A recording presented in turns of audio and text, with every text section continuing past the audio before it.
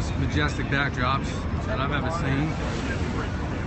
Former middleweight champ John David Jackson under the Brooklyn Bridge. Gorgeous day.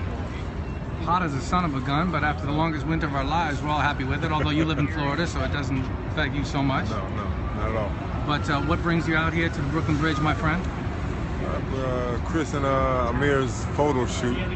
Chris being Khan-Algieri. That's right. New client of yours. Yes. Since the beginning of the year. And tell us about him. What has he learned with you? What have you learned with him? Tell us about John David Jackson and Khan-Algieri. I learned that he can fight. He's a better fighter than people give him credit for. He's a better fighter than he showed in the last 2 fights. Right.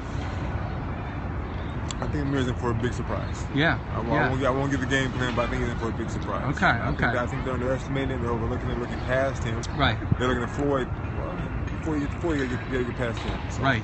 Now, when Algieri came to you, of course, until you're working with someone, you don't know really what they bring to the table. Yeah. Did you underestimate him when he came to you? When you're like, let me see if you're a caliber of someone I want to be working with.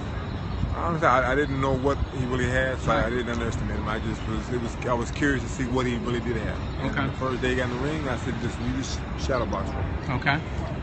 I said, man, there's a lot there. What is there, John David? What is there? Speed. There's power that he has that he hasn't really used. Right. The boxing knowledge is good. He understands the game. Right.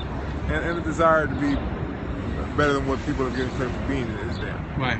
So, and a desire to fight the best fighters. Right. Well, that's it. As I've said to him, I said, man, props to you. You could come back. You want, get a win or two under your belt, fight back at the Paramount, and in Long Island or whatever. No, he wants to hop right back on the big stage. And if he wins, everything's going to be, hey, you're great. And if he loses, he's going to get kicked. So props to him for taking this sort of challenge. Absolutely. Yeah. Win or lose. Yeah. I give him props. What is the secret? How do you beat Khan? I don't want your game plan, but, generally, how do you beat Khan? Well, listen. Yeah.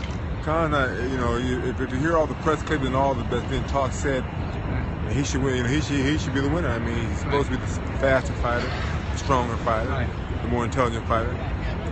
But listen, his chin's been suspect. He's been knocked out twice. He's not the greatest fighter because he wouldn't have lost. Right. He's not as quick as they say he is. He's not as strong as they say. He's moving up in weight. He started out at 130. Right. And he's bigger than most of his opponents, stronger than most of his opponents. Now he's finding a guy who's bigger than he is, going to be heavier than he is come fight night. Right. Probably be stronger than he will be. Okay, so Chris, it sounds to me like I'm reading in between the lines. Khan-Algieri's power might be a little bit surprising on Friday night. I'm going to keep an eye out for that. Definitely. All right, prediction for Friday night, John David Jackson, your man Khan-Algieri fighting Amir Khan on Spike TV. What's the prediction? Victory. Regardless of knockout decision, victory for Chris. I hope to fight Crook. Victory. Thank you, John David.